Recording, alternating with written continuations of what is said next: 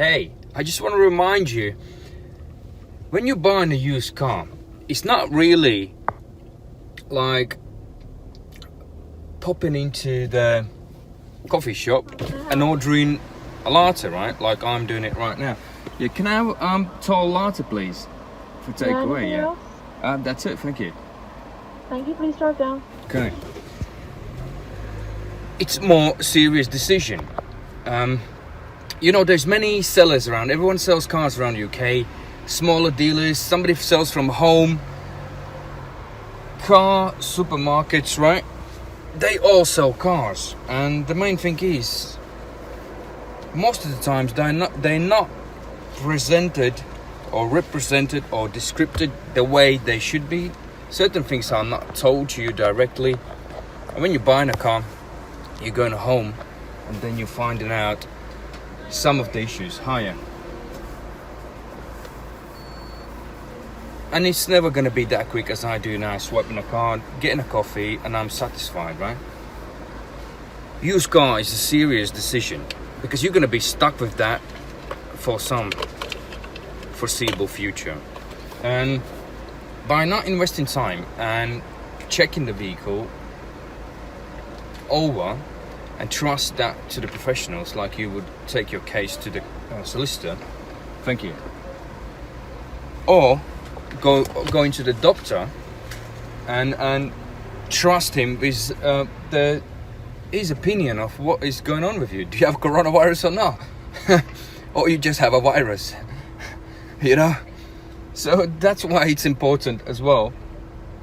If you don't want problems afterwards, sure, you can just ignore what I'm saying.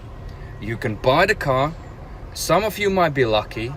Some of you would have some crazy stories to tell. Some of you might be ashamed even to talk about those issues to your friends, or might be family, because sometimes they could be embarrassing, because you've been into this addiction mode just to get in a car, and what could happen if you don't inspect this vehicle is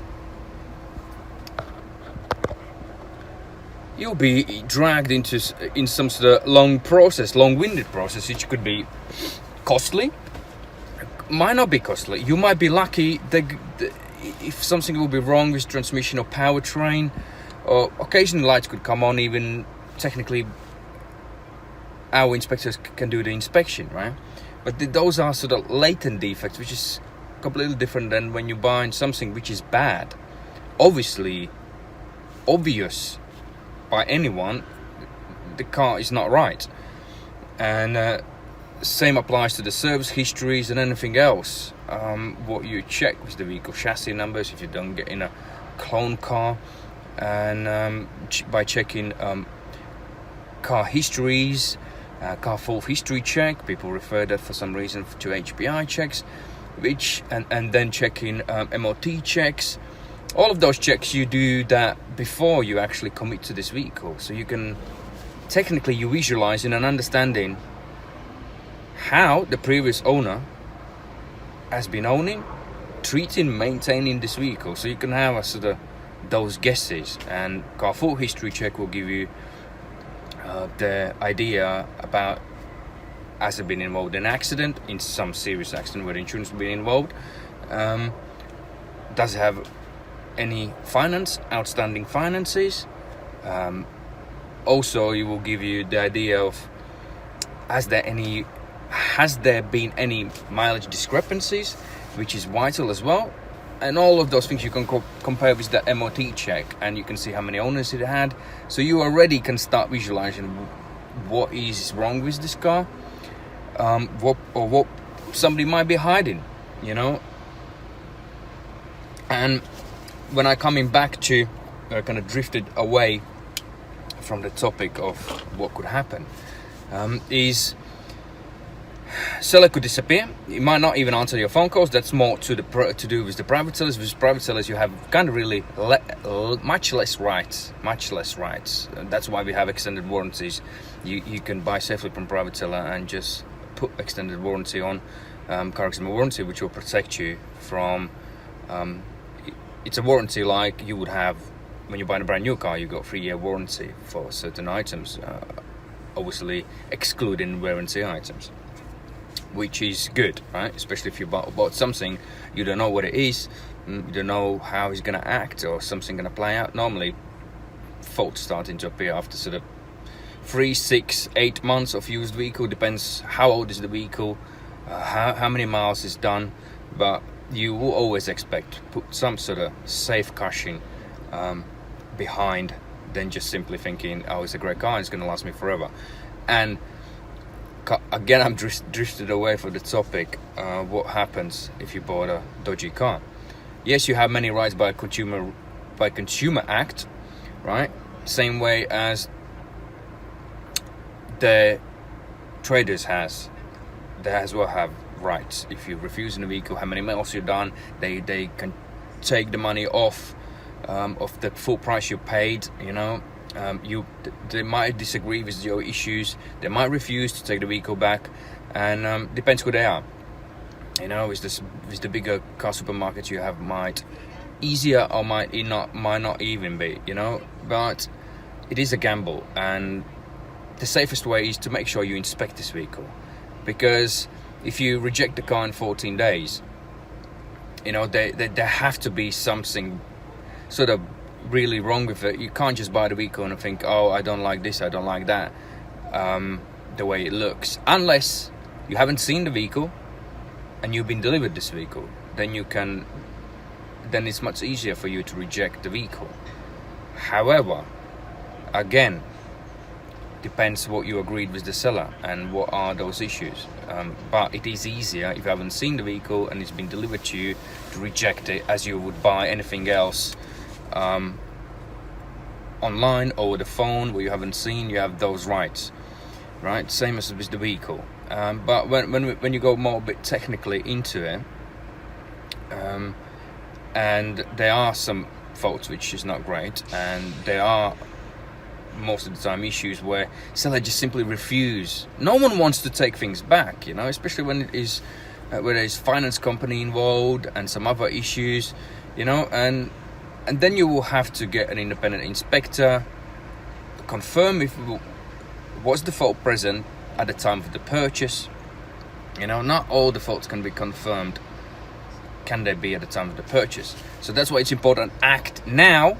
If you're going to act later, after say 2 months, 3 months, the more miles you creep up, the harder it will be for you to prove something, so that means don't get in that illusion like you're going to keep driving a vehicle where you just say, no, I don't want this vehicle. If you don't want this vehicle, just don't drive it, because the more miles you will do, it will be more harder for you, especially where, like, your rights, same way you must know the trade know their rights also.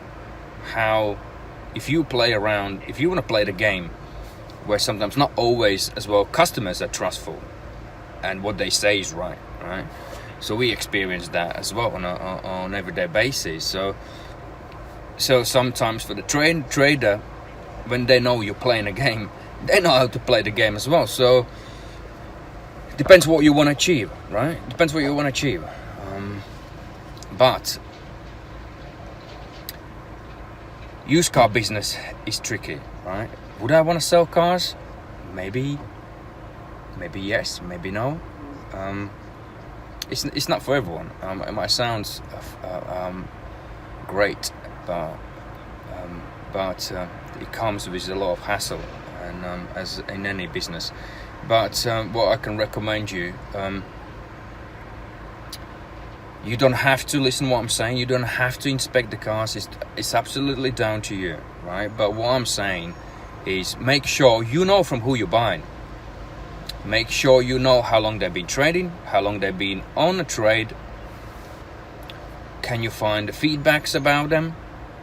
You can ignore kind of Google feedbacks because there could be a scam feedbacks, there could be fake feedbacks, there could be simply somebody is jealous because somebody's selling more cars than them.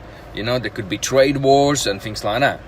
But just read about a company. The more you can read about a company online, you can more search the company, and there are some other websites linking them, or there's some other maybe bloggers talking about them. Have a look what they do on social media. Can you find them on social media? You know, it builds your value, and you can understand as well in your mind logically, would you have some sort of protection? Would they will help you? Because the main thing when you're buying a car, you want somebody to help you to deal with the issue if it appears. Obviously, no one wants to have any issues, and everyone wants to trust the seller, buy a good car, and same way seller can trust the customer.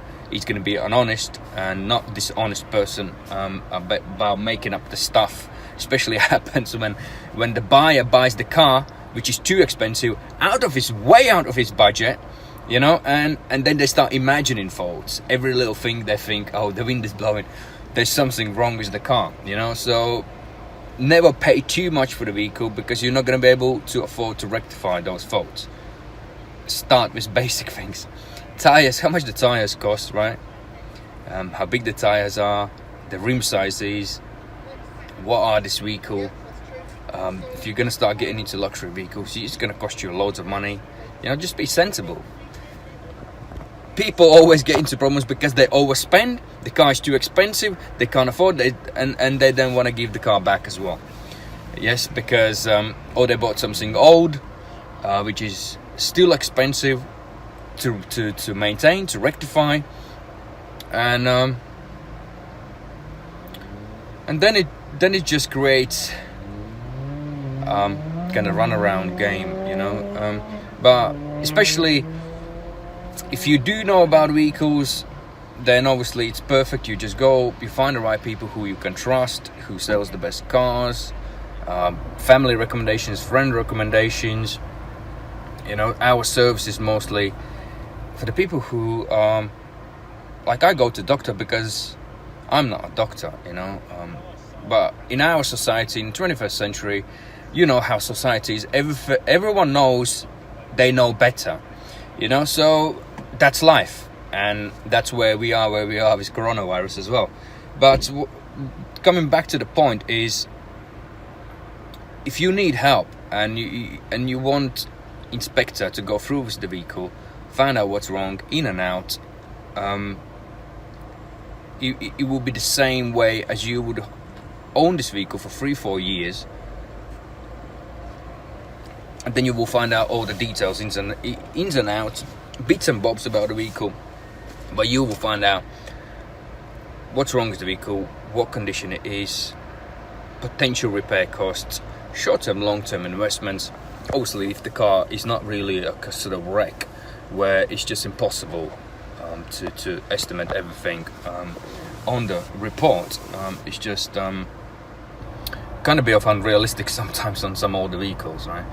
But majority of times you will get potential repair costs, recommendations, silly things like that, where you would buy the car and the car just have one key, you haven't checked that, the service haven't been done, timing belt haven't been replaced.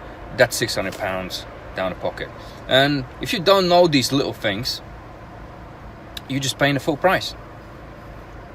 And then you drive away, paying for full service, £200. You need to get another key. You will need to put timing belt on, which is from £380 to £1,000, depends on the vehicle, but average cost on timing belt replacement would be about £500, £600. And yeah, then I can go on. Tires after 5,000 miles, 7,000 miles, which is like 5 months, 6 months, depends how many miles you drive, you know. So I can go on and on about little things, because remember, when you're buying a car, it's not always the powertrain, the engine, the gearbox, right? You could spend more money on maintenance items, £1,000, £1,500, than actually you would spend on just replacing an engine, or say for instance just replacing a clutch, you know. When you start getting into the detail, because none of you like scratched vehicle, none of you like dented vehicle, none of you like accident damaged vehicle which has been repaired but haven't been reported or haven't went through the insurance. So then it will be obviously clean when you will do your car full check, right? But those are the issues you can find out when somebody who knows what they're doing and on the right inspection package, it gets checked. Then especially when it comes to when you're buying something more expensive, or you're buying something for collection, or something for your girlfriend, where you want to know or for boyfriend, or for your mom or grandma, where you want to know the car is safe, and haven't been resprayed, and you haven't had something what you don't like, because some people values are much higher. Some people don't care about bodywork. Some people do, because the actual bodywork repair overall could cost you the same way as putting a new engine in, about £1,000, £1,500, to get it right. Because on average, good sellers, to prep the vehicle to the selling condition, they invest about £1,500 in it to get it right. The refurb the alloys, do the bumpers, scratches, dents, to get it to sort of a sleek, nice perfection, and not everyone does it. I'm talking about a good sellers, whose cars are, when you go there, they're nice and clean. They have showrooms, and I'm not talking about some dodgy pod cabin sellers, right? Or people who sell from homes. The people who sell from homes, yes, they are their own companies, right? They're trading, but they're selling from home, and it's technically the same way as you would buy a used vehicle from somebody who is simply selling car privately. The car is just as it is. He ain't gonna invest any money, and I would probably, if you ask me from who should I buy vehicles, I more likely would not be buying private. I more likely would never buy from small places, like I don't even know where they are, where they're located, or places who sell vehicles like under AA cars, or under AA RAC cars, or something where they're putting like a website on, and then they have like a scruffy place. Why would I have to? Because everyone wants to get this average price, right? Everyone got this idea. Oh, great! I'm gonna buy the car. Yes, they're selling cars, but they don't look. The prices are kind of pretty much average. Why would you want to give somebody who's selling car from Archway, right, where his expenses are combined to somebody who is in a pristine location, easily accessible? You might not have problems. You might have problems, but they will help you to resolve it. Because they don't want hassle. Technically, the good places, they don't want hassle. How you differentiate good place or bad place? Probably is if you visit them or you phone them. It's a vibe where you will receive from the process of inquiring about a vehicle, what issues it has, the information they have. Can they find the details straight away on the phone about the vehicle, or they don't know where they are? They're lost because they're not organized. And as I'm drifted away completely off good or bad, non-good, or bad or great, but my main purpose is to make sure you buy a good car. It's whether you inspect the car or not, that would be down to you. You could try by not inspecting the vehicle, but as I know what I'm talking about, it doesn't matter from who you buy. More likely there will be issues, and you'd rather find them out before. Because the main thing is what we can achieve, right? And we've done it many times. The inspector's done it many times. When they inspect the vehicle from the trader and the issues are found, they are rectified. If there's no service done, the service will be done before you receive the vehicle. If there's something missing in the car, it will be placed back in the vehicle. Like tires are low, main things, disc and pads, tires, servicing, timing belt, all those things can be spotted. Hidden issues with danger management system, well, you're not going to see by eye.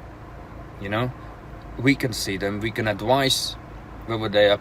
Sometimes they are silly issues, like on Mercedes you got some communication issues and they doesn't mean anything, but it's just sort of there, and it shouldn't really stop you from buying it.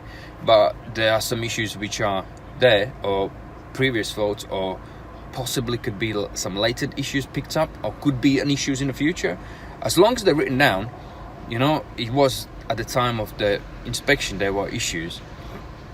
It gives you more protection, you know, when something just falls off. Even after 3 months you have less rights, you know, and the 6 months you must have the consumer rights warranty, regardless what the seller says, the trader. Yeah, but I mean, once you're done the inspection and those issues have been listed, like clutch is not right, there's some sound, audible noises coming from the gearbox. At the time of the inspection, sometimes it could feel right. If it could be, I mean, you can feel there could be a long-term issue, but you never know when it's going to develop in a more serious, as a more serious issue and problem where it would need to be rectified, right? And if you just buy the car and something goes wrong, you can go back, you know, and if it falls out, if the gearbox falls out, you know, it's been mentioned on inspection report there's something's not right, and you are in your right more than if you just buy the car and you just start thinking, oh, something is not right, there's some audible noises, I don't like this, I don't like that, you know. Once it's not sort of written down when you're buying a car, because if it's written down, you can just simply say, no, I'm not going to buy this car, and you can buy something else. Because remember this, not the first car is the right car for you. Your imagination says, yes, I'm going to buy the car because you want to buy the car, because you want something. It's a nature, it's a human being nature. I want something and I want it now. Because same way people don't have patience for us to go inspect the vehicle next day because he wants today, you know, and that's where you making mistakes, and that's where the problems start starting. But what I want to say, when you choose car, make sure you choose wisely, right? Make sure from who you're buying. If you need help, we can help you out, no problem. Get an inspection. If you're buying from a private seller, we have extended warranties. That's safe cashing for you, so make sure you're buying the right car. And when it comes to the bad sellers, don't buy from people where you know something's gonna go wrong. Even if there is a car you like, just find a better seller, and trust me, if you will refuse that car, you will get a much better car on a second time or on a third time, right? So just don't clinch on the one car, because remember, there's always something better than you assumed that particular car is. Have a good day, buy safely, do the inspections from CarExamer.com, get an extended warranty from CarExamer.com. We're here for you. We love people, we love cars, we love warranties, we love to help, we love to serve. See you next time.